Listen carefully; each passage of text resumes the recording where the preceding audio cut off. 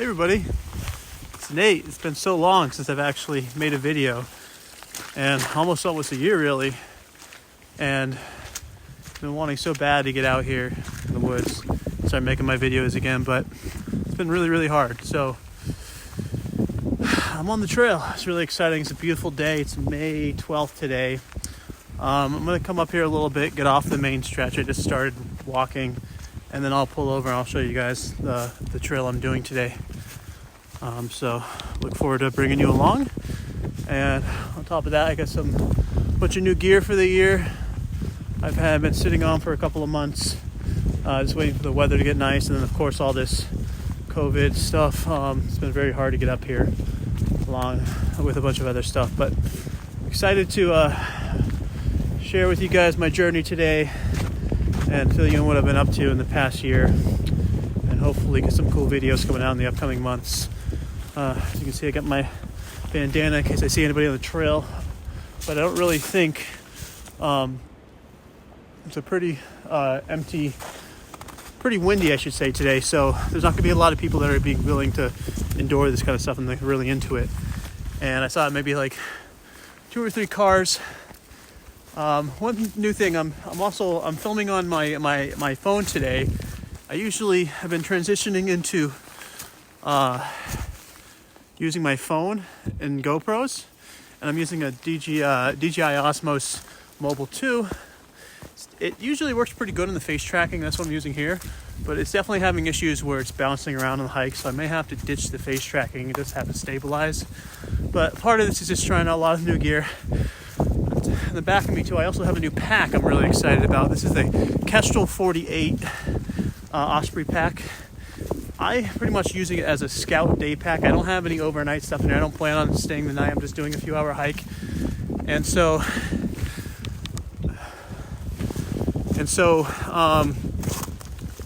far I really like it. It's an award-winning pack. This was actually shipped overnight from the UK.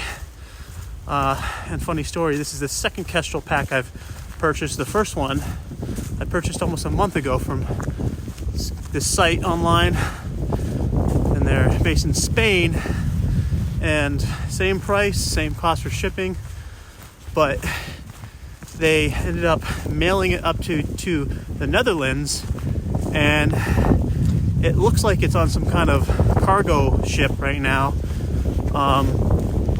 And it's been about almost a month, and I still haven't seen any word on the tracking of it being in the States yet. So kind of disappointed with that company, the lack of transparency. And you know, they charge you and they tell you a certain time frame, and we all know what's going on in the world to why it can be delayed. But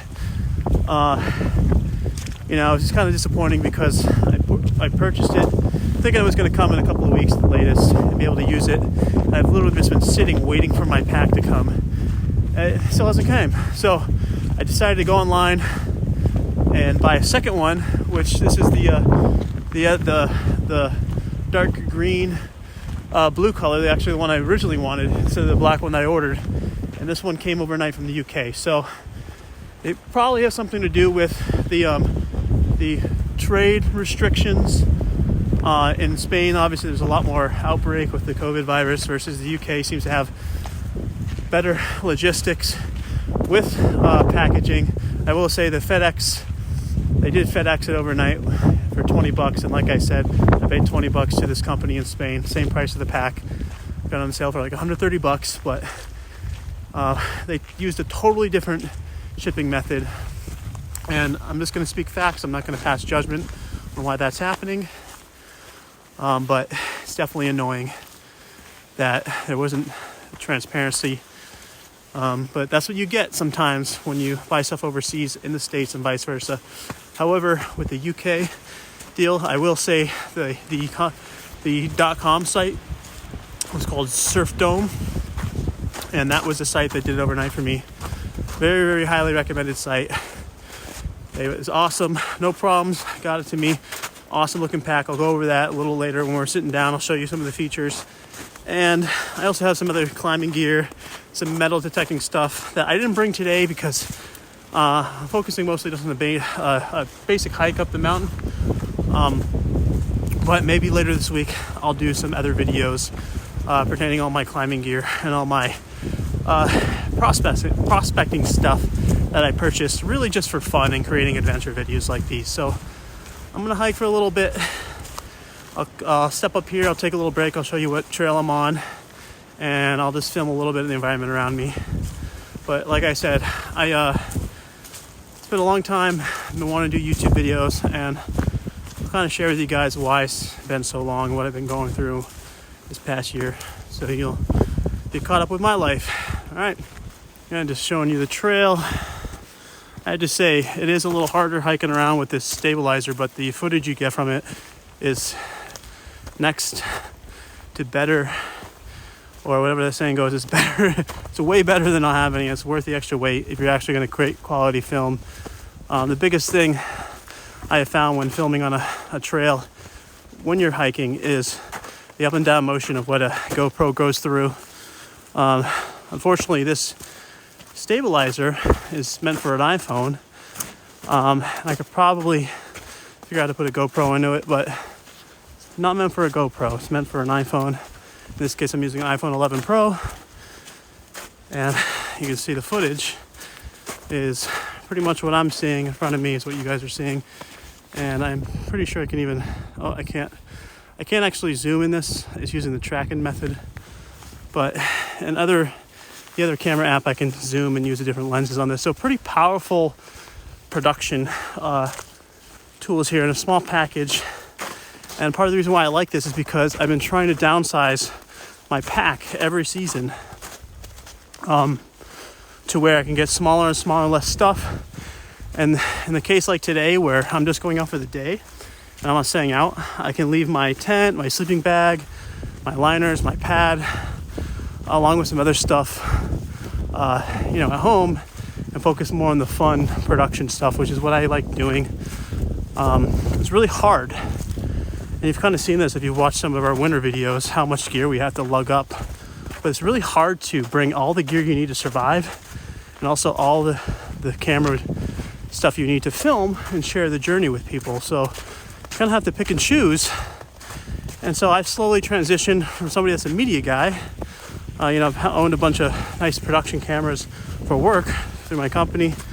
But I find that just using GoPros and my iPhone out here is good enough. And it actually works a lot better. It's a lot more in line with, your priorities when you're out hiking in the woods. Interestingly enough, it's the middle of May, and there's still snow on the ground. It does get, just checking the weather up here occasionally before coming up, it does get down to the teens still up here. We are in the White Mountains. It's pretty cold. Mount Washington is up and over this hill.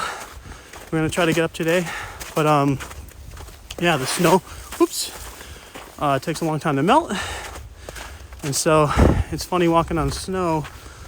But I'm not wearing my Salomon shoes today. I'm wearing actually just some Moab 2 Classic Merrells, very popular hiking boot. These are the Gore-Tex waterproof ones, or I don't know if they're Gore-Tex, but they are the ones that have the waterproof lining. So assuming I don't submerge my foot in a foot full of water, I shouldn't have any problem with my feet getting wet or cold from the snow. They're just as good as a high cut ankle boot, like the Quest 4 deep boots I've worn in the past during winter. And when I'm going out, in a lot deeper, colder conditions here.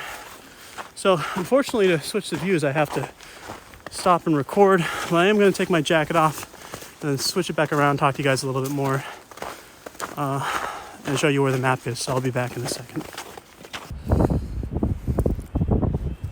Okay, so I'm back, and as you can see, this is where the face tracking on the Osmo Mobile 2 stabilizer, it comes in really handy when you're walking around talking. It seems to track your face. So I find that really cool. This is for someone trying to use it on the trail. I'll see how conducive this is to when you're doing stuff, but what I want to try to do is place this down, and I'll stop tracking my face for a second, and I'll show you guys some cool stuff with the pack here. So this is the Crestal 48 Osprey pack, and it's a perfect size for a day like today when you're just going out and you have a lot of production gear. In my case, I have a drone in here. I had my climbing gear in here, but I took it out because I'm not going to go climbing today. I'm going to do that later this week and do a separate video. And I have a whole bunch of climbing gear that I'm going to share with you guys. But all in all, this pack itself is pretty awesome. It's the right size, super durable, and I will go over it in further details later on when I have a better angle. I just want to pull out my map and show you where we are today. You know how to get to this trail. Here we are. I'll pull my map out and I will share it with everybody real quick. Okay, so we're flying around, but let's see if this works. Okay, so assuming this doesn't fly away on me, I am here today, the Hancock Notch Parking Trail, and this is a very obvious turn in the Kangamegas Highway, which is a famous highway in New Hampshire in the Whites off of Lincoln. And I've always wanted to do this. In the wintertime, we went snowshoeing. We only made it to like right here, so I'm going to try to get up here and get up to this peak today. I'm somewhere right in here. You can see, if I just straighten out the stabilizer, we got a long path that way, and we got a long path that way. So we're definitely on the beginning stretch of this, and it's only 1.8 miles. So assuming that I can get to the end, which we did last time, in 30-45 minutes, I should no problem getting up here today and enjoying and having some food, maybe cooking something up, and I can share some more of my stuff with you guys on top of the peak. But that's pretty much the game plan today. It's a nice, brisk, late spring, early summer day in New Hampshire. And the temperature is around, I want to say it's around 50 degrees right now with some wind. It's pretty breezy when you get up there. I had a jacket on, but once you're in here, it's nice and cool. Got the map. And, I always try to figure out how to fold these maps up correctly, but I realize if you focus on the cover and you fold from the cover in, like an accordion, I don't want to say that's the how all maps are officially folded, but all these Nat Geo maps, that's how they're creased to work correctly. So if you ever try to figure out how to fold a map correctly, you always start with the cover and work your way over to the other side, and it will fold up for you nicely. So cool thing about this pack is that you do have this nice pocket here like most, where you can shove stuff in, and all your valuables are in a separate pouch or in mesh pocket on the bottom side, which is really good because in the wintertime, when I'm trying to go after stuff that I need, and my keys, my wallet are all in there, I'm constantly worried about losing them. And that's one of the problems in my Aether 70 pack you've seen me use in the wintertime. It's an older pack, and it definitely hasn't been fully engineered like some of these newer ones. But it's such a trooper, and this little pack kind of derives from that I still keep it, I still love it, and I still use it. There's obviously some anti-gravity packs you can use that Osprey offers that are super light and comfortable. I would say that this pack specifically is probably not as comfortable as those anti-gravities, but this is a no BS pack. It's super durable, it's nice and stealthy, and isn't the lightest pack. But in terms of the kind of stuff I want to use it for, like my climbing and my adventuring into the unknown, it's perfect. So that's what we're going to use it for. Okay, so just a short time later, you can see there's a lot more snow than I thought there would be on this trail. And there's two things I thought about since the last time we talked. I thought about the danger of dropping my phone in the lake. And by the way, it's super, super slippery right now getting down here. You can't see it, but I'm holding onto a branch, trying to take steps down without falling, hurting myself. Do this very slowly and carefully without tripping and dropping everything. But you can see when we get to the water here, there's no snow. So more snow than I thought there would be, which is always fun, unless it's going down your shoes, which there was a few times where I sunk into a snow hole right here and like that, and got some snow in my shoe already, which Luckily, on a day like today, it will warm up. You won't feel it. It's not a big deal. But other circumstances, if it was cold and it was going to freeze on you, you wouldn't want to have wet feet in shoes like this. So something to think about. You see the snow obviously doesn't like the steep terrain, so we have a little break from that. And this is what I was expecting it to look like. The other thing was, again, me dropping my phone by slipping and breaking it. Something I thought about, the downside of using your phone for production here. In a perfect world, you would have a separate iPhone for filming with this, and you would have an emergency phone to call people, but most of us don't only have one data plan, so it's not the case. But it's a nice day. So I've always wanted to do this trail. Driven by it so many times going to Kangamangas, and I didn't realize the trailhead actually starts up in the parking lot on the other side. That's why I've never seen the sign for it. But I did take my sister, my brother-in-law, and a few friends snowshoeing on this trail one time. We only really made it to the end up here, which is coming up here after a few more creeks, I think. So I'm interested to see what the peak actually looks like, and if that's going to be something that we can get up to in a couple of hours.